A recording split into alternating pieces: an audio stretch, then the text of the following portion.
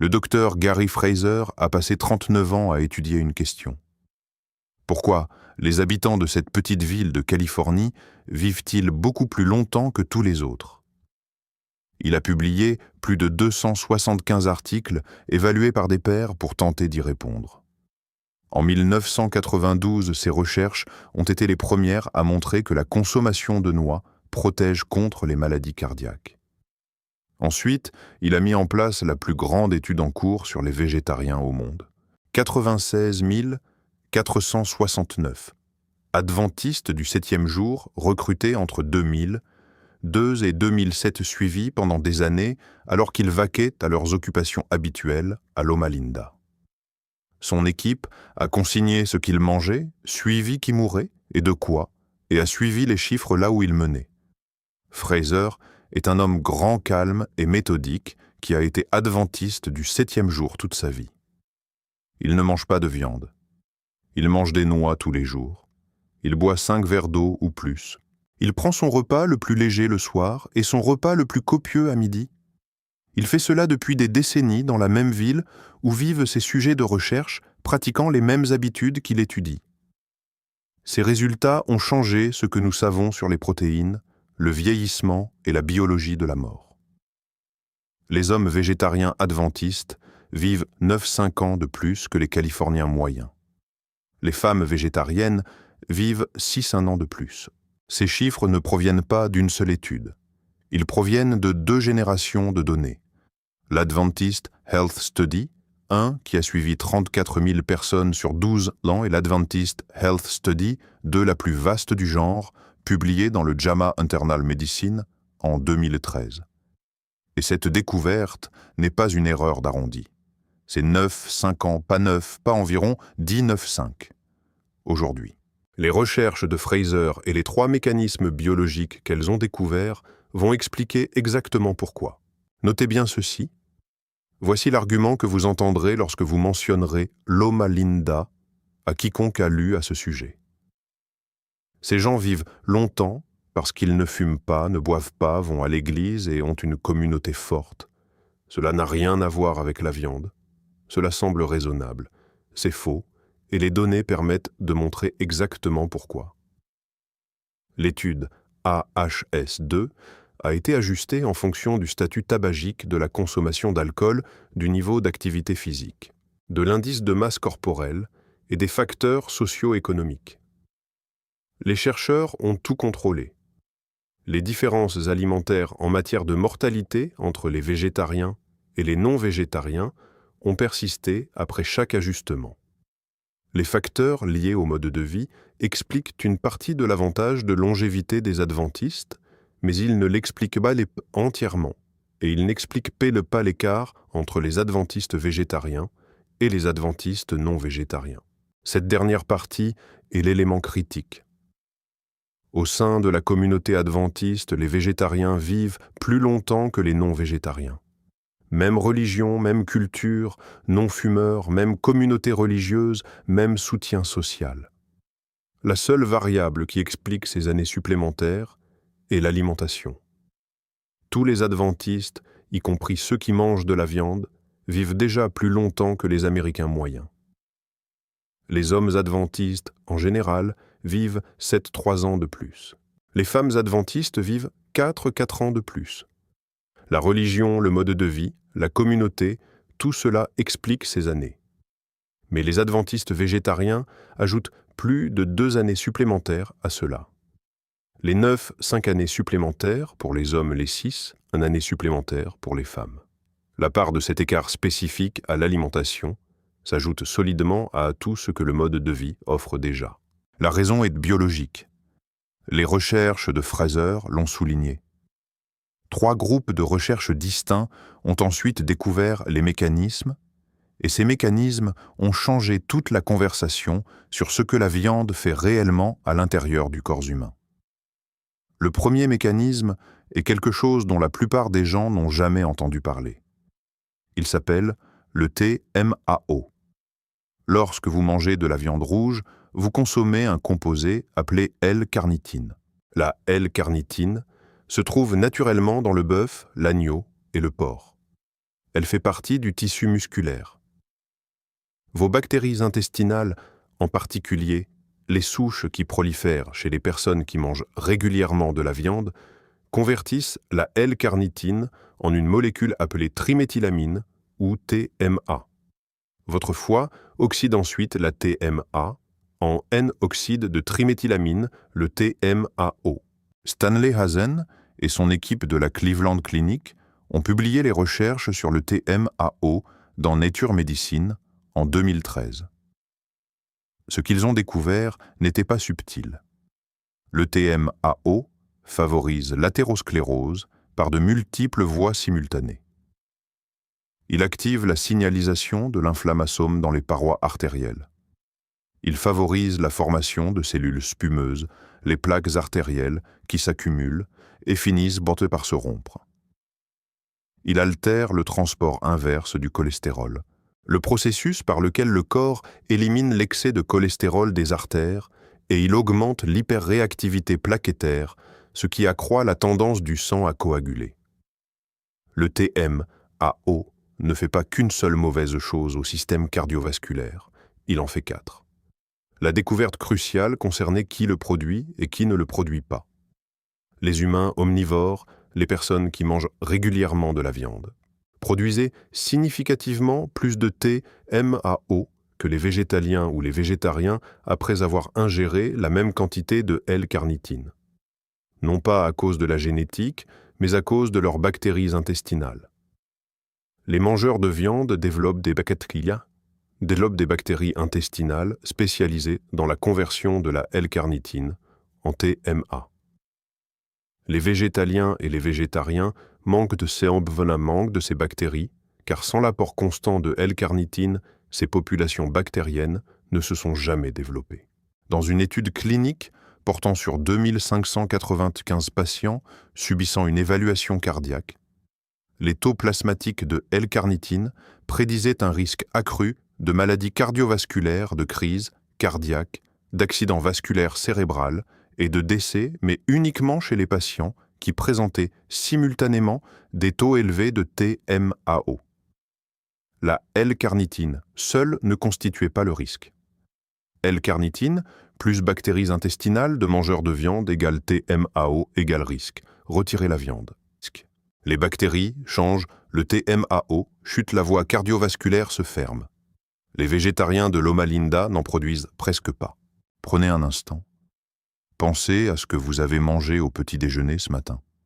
Y avait-il de la viande rouge, du bœuf, du porc, de l'agneau, des saucisses, du bacon? Si oui, ce repas a produit de la L-carnitine que vos bactéries intestinales ont commencé à convertir en quelques heures.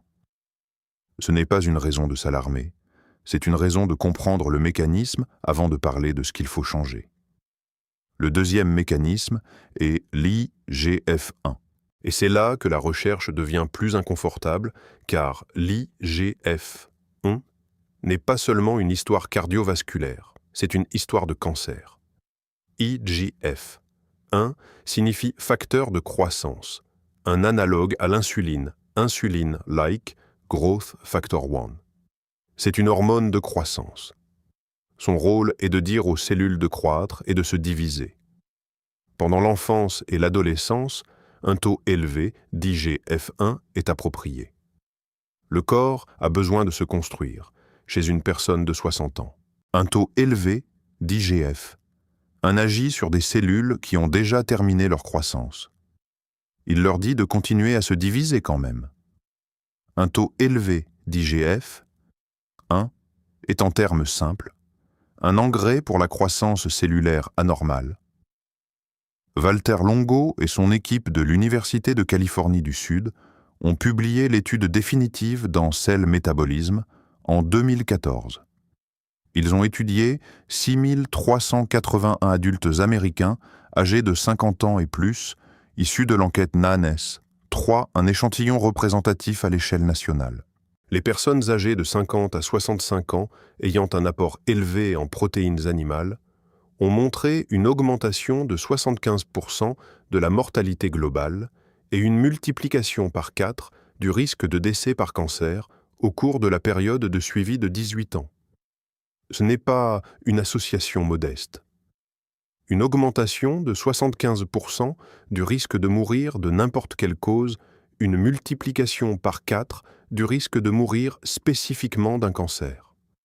La découverte cruciale, celle qui disculpe entièrement les protéines végétales, est que ces associations ont été abolies ou considérablement réduites lorsque la source de protéines était d'origine végétale. Les protéines animales en grande quantité ont entraîné l'élévation de l'IGF-1 et le risque de mortalité. Les protéines végétales en grande quantité ne l'ont pas fait. Le corps traite les deux différemment. Les hommes végétaliens ont un taux sérique d'IGF inférieur de 9% à celui des mangeurs de viande. Les femmes végétaliennes ont un taux d'IGF inférieur de 13%. Dans les données de l'AHS-2, un régime alimentaire végétalien a été associé à une réduction de 34% du risque de cancer spécifique aux femmes parmi les participantes. Ce n'est pas non plus une erreur d'arrondi. Une nuance importante que Fraser et Longo soulignent tous deux pour les personnes de plus de 65 ans, la situation change. Une fois que le corps franchit un certain seuil d'âge. Un apport adéquat en protéines devient protecteur contre la perte musculaire et la fragilité, et l'effet cancérigène d'un apport modéré à élevé en protéines s'affaiblit. Le protocole de Loma Linda pour une personne à la fin de la soixantaine ou dans la soixante-dizaine ne consiste pas à éliminer les protéines. Il s'agit de s'assurer que les protéines proviennent de plantes de haricots, de lentilles, de tofu, de tempeh de noix, en quantité suffisante. L'objectif de recherche est d'au moins 0,8 g de protéines par kilogramme de poids corporel par jour à partir de sources végétales. Les propres habitudes quotidiennes de Fraser reflètent cela. Il est méticuleux au sujet des protéines végétales. Des haricots à midi, des noix, tous les jours du lait de soja. Il ne devine pas ce qui est adéquat. Il a passé 4 décennies à l'étudier. Le troisième mécanisme est celui que Fraser lui-même décrit comme la découverte la plus contre-intuitive de sa carrière. Non pas parce qu'il renverse les données alimentaires, mais parce qu'il révèle la voie moléculaire spécifique par laquelle les protéines animales accélèrent le vieillissement au niveau cellulaire. Le mécanisme s'appelle mTOR, cible mécanistique de la rapamycine. C'est une protéine régulatrice maîtresse qui contrôle si les cellules passent en mode croissance ou en mode maintenance. Lorsque mTOR est actif, les cellules croissent et se divisent. Lorsque mTOR est supprimé, les cellules passent en mode réparation et recyclage, un processus appelé autophagie, où le corps décompose les composants endommagés et les reconstruit. L'autophagie est en termes simplifiés le ménage cellulaire qui empêche l'accumulation de dommages que représente le vieillissement. Les protéines animales en particulier, les acides aminés à chaîne ramifiée, leucine, isoleucine et valine, que l'on trouve en forte concentration dans la viande, activent fortement mTOR. Les protéines végétales l'activent beaucoup moins. Fraser et Longo soulignent tous deux que c'est l'explication moléculaire des données sur le cancer et la mortalité. Un apport élevé en protéines animales maintient mTOR en mode croissance. Les cellules continuent de se diviser. Les systèmes de réparation cellulaire restent inactifs. Les dommages s'accumulent.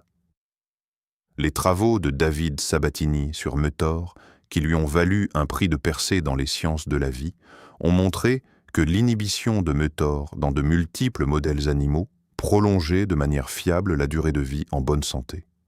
La rapamycine, le médicament qui inhibe directement mTOR, est l'intervention prolongeant la vie la plus fiable jamais testée chez les mammifères. Les végétariens de Loma Linda ne prennent pas de rapamycine.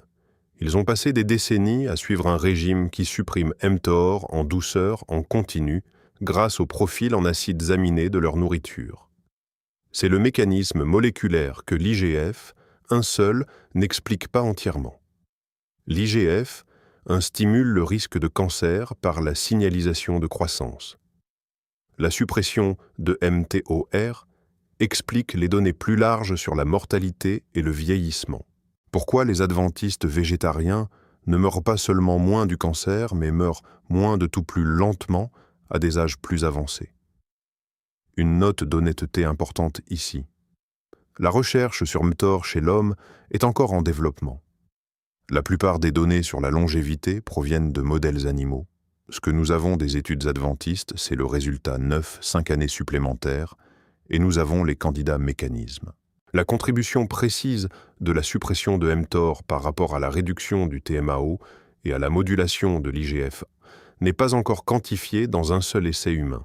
Ce que Fraser dirait et a dit dans des interviews, c'est que vous n'avez pas besoin de comprendre le mécanisme exact en attendant d'agir dans la direction que les données indiquent systématiquement. Maintenant, laissez-moi vous montrer exactement ce que mangent les adventistes qui vivent le plus longtemps et comment l'adapter à votre cuisine dès cette semaine.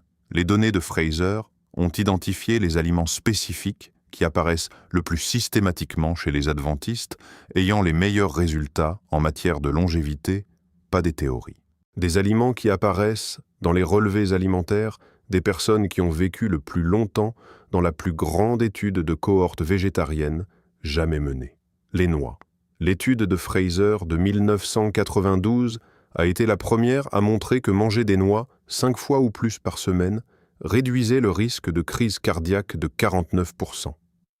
Une étude de suivi de 2021 a révélé que 5 portions ou plus de noix par semaine spécifiquement étaient associées à une mortalité, toutes causes confondues, inférieure de 14% et à un risque de décès cardiovasculaire inférieur de 25%, avec un gain d'une 3 années supplémentaires d'espérance de vie. Une once de noix, 28 grammes, une petite poignée, 5 jours par semaine. C'est le point de départ du niveau 1. Non pas parce que c'est facile, mais parce que c'est l'action alimentaire unique la plus étayée par des preuves dans l'ensemble des données adventistes. Des flocons d'avoine coupés à l'acier, style cut au petit déjeuner. Les adventistes qui vivent longtemps commencent la journée avec des céréales complètes, pas avec des œufs et du bacon. L'avoine fournit des fibres solubles qui nourrissent les bactéries intestinales bénéfiques, une population différente de celles qui produisent le TMAO.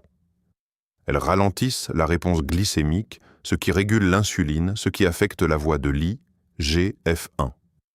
Des flocons d'avoine coupés à l'acier ou roulés. Pas des flocons d'avoine instantanés car la structure des fibres est plus intacte. Avec des noix sur le dessus, avec des baies si vous en avez, des haricots et des lentilles tous les jours au repas de midi. Une tasse par jour. Pois chiches, haricots noirs, lentilles, haricots rouges. Le type spécifique compte moins que l'habitude.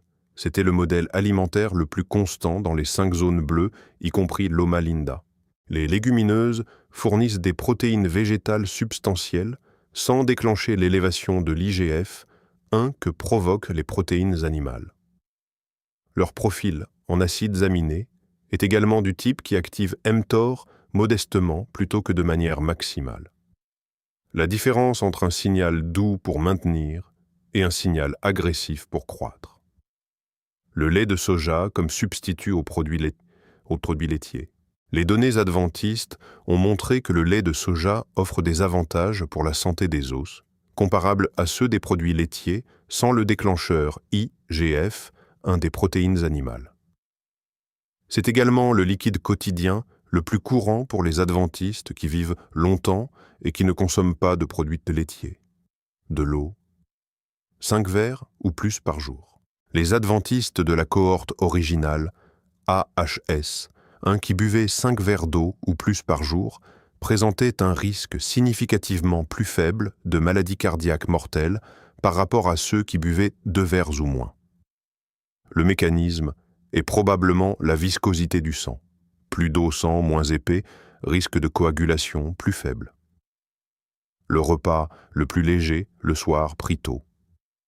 De nombreux adventistes qui vivent longtemps finissent de manger à 18 heures. Le repas du soir est composé de soupe de fruits ou d'un plat léger à base de céréales. Le repas le plus copieux a lieu à midi. Ce modèle de synchronisation apparaît dans plusieurs zones bleues et est cohérent avec les recherches en chronobiologie sur la sensibilité à l'insuline. Le corps traite les glucides et les protéines plus efficacement plus tôt dans la journée. Cela signifie également que mTOR, stimulé par les protéines du repas de midi, a tout l'après-midi et la soirée pour revenir à son niveau de base avant le sommeil, permettant à la fenêtre de réparation nocturne de fonctionner sans interruption. Voici le protocole de niveau 1, 3 échanges. Gardez tout le reste de votre alimentation exactement pareil. Remplacez la viande rouge par des haricots ou des lentilles 3 jours par semaine.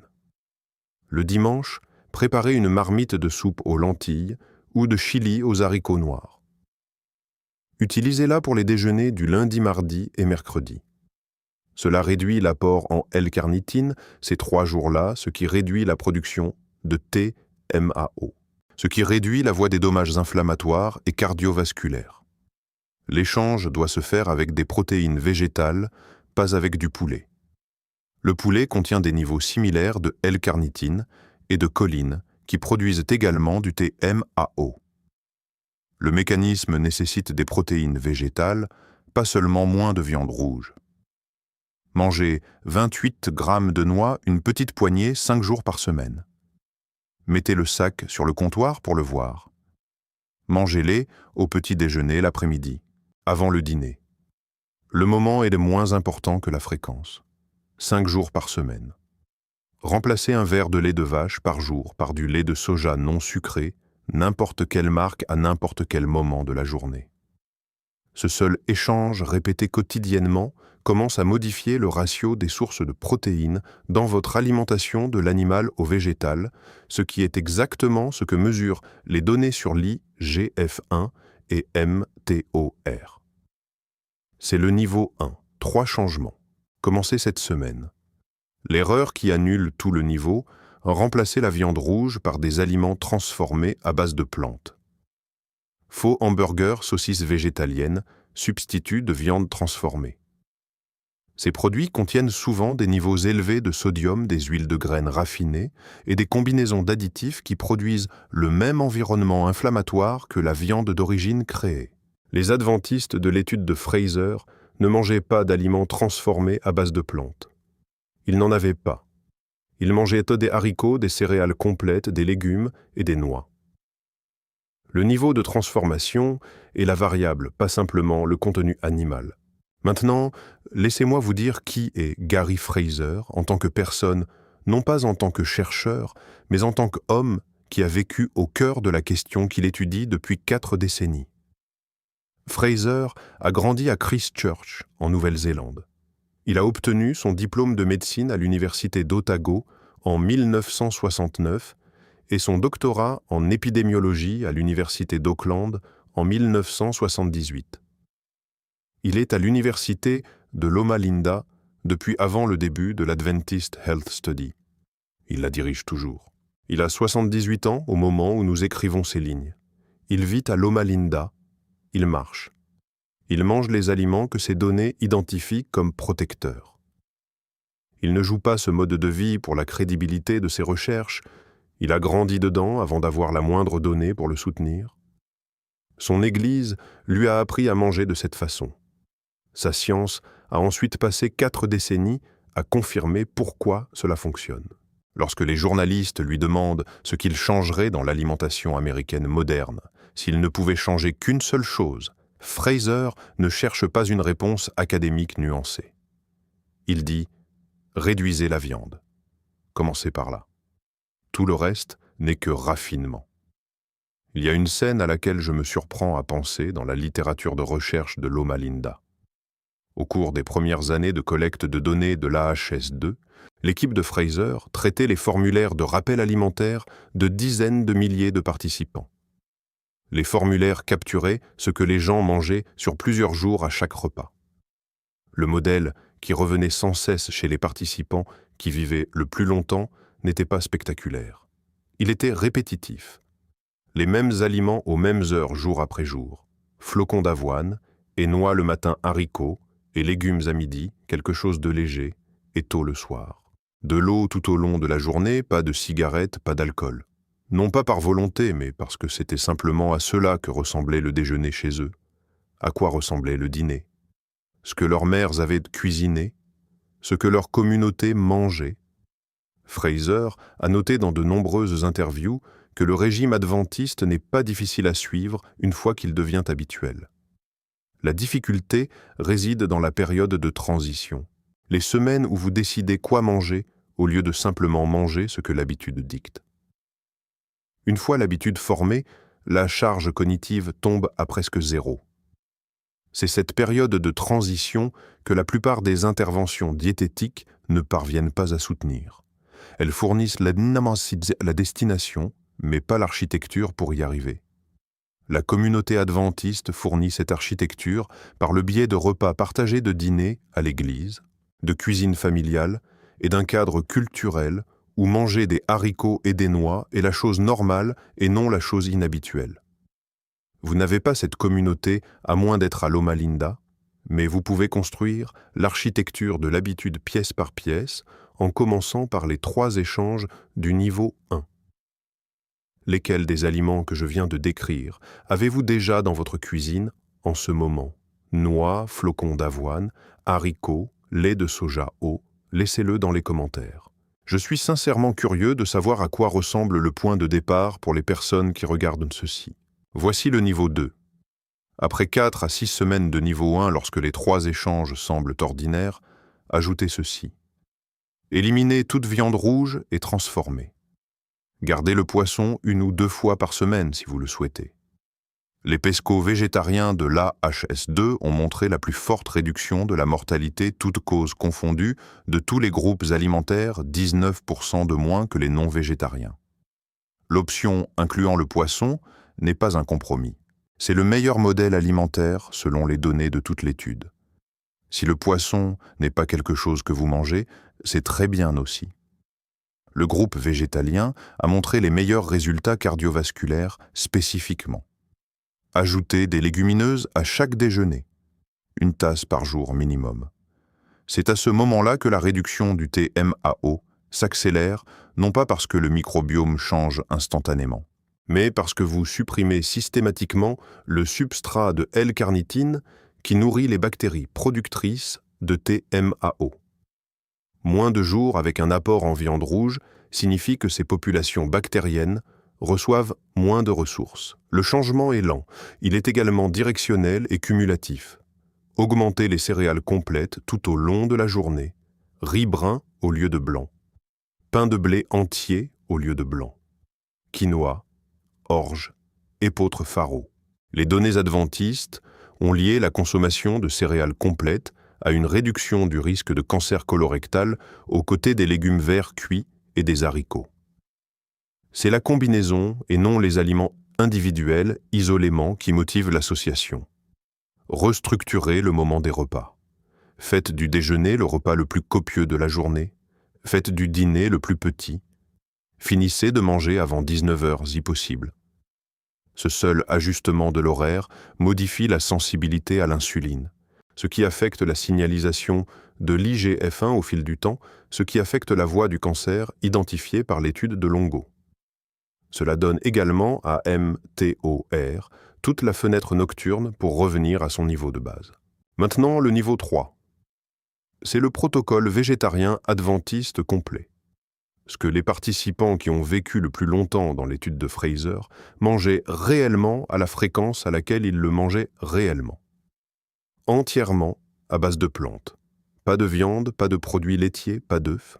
C'est là qu'apparaît la mortalité cardiovasculaire inférieure de 42% chez les hommes végétaliens. Et le risque de cancer spécifique aux femmes inférieur de 34%. C'est également là que la question de l'adéquation des protéines devient critique pour toute personne de plus de 65 ans. Le modèle quotidien. Flocons d'avoine, coupés à l'acier avec des noix et des fruits le matin. Lait de soja non sucré. À midi, le repas le plus copieux des haricots ou des lentilles avec des céréales complètes et une grande assiette de légumes mélangés. Le soir, le repas le plus léger, une soupe de légumes ou des fruits ou un petit bol de céréales. Terminé avant 19h. De l'eau tout au long de la journée, 5 verres minimum. Les aliments spécifiques que les adventistes qui vivent le plus longtemps mangent 5 fois ou plus par semaine. Noix, flocons d'avoine, pain de blé entier, lait de soja, haricots, tomates et une abondance d'autres fruits et légumes. Ce n'est pas un modèle théorique. C'est ce que montrent réellement les relevés alimentaires des personnes de l'étude de Fraser qui ont vécu le plus longtemps. Pour toute personne de plus de 65 ans, suivant le niveau 3, assurez-vous de manger au moins 0,8 g de protéines végétales par kilogramme de poids corporel par jour. Les haricots, les lentilles, le tofu, le tempeh et les noix sont vos principales sources. Sans un apport adéquat en protéines, le risque biologique de perte musculaire et de fragilité l'emporte sur la réduction du risque de cancer. Les données de Fraser et la nuance de Longo pointent toutes deux dans la même direction. Des plantes, en quantité suffisante. Des protéines adéquates. L'erreur qui annule entièrement le niveau 3. Ne pas manger assez. Lorsque les gens éliminent les produits d'origine animale sans planification, ils réduisent souvent considérablement leur apport calorique total car les aliments d'origine végétale sont moins denses en calories. Le résultat est une perte musculaire de la fatigue et souvent un abandon précoce du protocole. Les adventistes ne mangent pas de petites portions. Ils mangent des repas complets et satisfaisants, de grands bols de haricots et de céréales au déjeuner, des petits déjeuners copieux, de la vraie nourriture en vraie quantité. Le changement alimentaire concerne ce que l'on mange, pas la quantité. Laissez-moi vous dire à quoi vous attendre de ce protocole et quand. Dans les 72 heures, suivant l'élimination de la viande rouge, vos bactéries intestinales commencent à perdre le substrat de L-carnitine qu'elles convertissent en TMAO. Les populations bactériennes spécialisées dans la production de TMA ne meurent pas immédiatement. Elles déclinent au fil des semaines sans l'apport dont elles ont besoin. Vous ne le sentirez pas. Cela se produit sans annonce. Après vos deuxièmes courses de haricots au lieu de viande, environ 3 semaines plus tard, les 3 échanges cessent de ressembler à des substituts et commencent à ressembler à ce que vous mangez. Ce changement cognitif est l'étape la plus importante et il se produit plus tôt que la plupart des gens ne s'y attendent. Après 90 jours d'alimentation cohérente de niveau 2, les bactéries productrices de TMAO ont reçu un apport plus faible en L-carnitine pendant 3 mois. Le modèle d'activation de Mutter est passé des pics d'acides aminés animaux à la modulation des acides aminés végétaux. Aucun de ces changements ne s'annonce. Les deux sont mesurables dans des analyses de sang si vous faites les tests. Les niveaux d'IGF-1 chez les hommes qui ont éliminé la viande rouge et les produits laitiers pendant 90 jours chutent généralement de manière mesurable pendant cette période. L'équipe de Longo a documenté cela dans des interventions contrôlées. Le matin, où vous préparez des flocons d'avoine et des noix pour le petit déjeuner, sans vous demander si vous êtes censé le faire ce matin-là, est plus important que n'importe quelle mesure spécifique. Les centenaires de Loma Linda ne suivent pas leur niveau d'IGF-1. Ils préparent des flocons d'avoine. Ils mangent des noix. Ils cuisinent des haricots. L'invisibilité de la pratique est la pratique. Une action pour cette semaine. Une seule. Achetez un sac de noix et une boîte de haricots noirs ou de lentilles. Mettez les noix sur le comptoir de la cuisine où vous les verrez demain matin. Mangez-en une poignée au petit déjeuner. Le dimanche, préparez une marmite de soupe aux lentilles assez grande pour 3 ou 4 déjeuners. C'est tout. C'est le début de l'écart de 9-5 ans. Gary Fraser est toujours à l'université de Loma Linda, dirige toujours l'étude mange, toujours des noix tous les jours. Il a commencé cette recherche alors que la plupart des participants actuels à son étude étaient dans la trentaine. Il les a regardés vieillir. Il a regardé qui est mort de quoi et à quel âge. Et il a construit le tableau pendant 4 décennies. Le tableau est maintenant assez clair pour agir. Aviez-vous déjà entendu parler du TMAO avant aujourd'hui? Je pose la question car c'est l'une des découvertes les plus importantes de la médecine cardiovasculaire de ces 20 dernières années. Et presque personne, en dehors de la recherche, n'en a entendu parler. Les 9-5 années sont déjà là à vous attendre. Si cette plongée au cœur des secrets biologiques de la longévité a changé votre façon de voir vos repas quotidiens, n'hésitez pas à vous abonner et à aimer cette chaîne. Nous nous consacrons à la découverte de l'histoire et de la science qui ont été cachées au grand public. Cultivons ensemble un avenir plus sain. Le prochain trésor de la santé humaine sera bientôt révélé.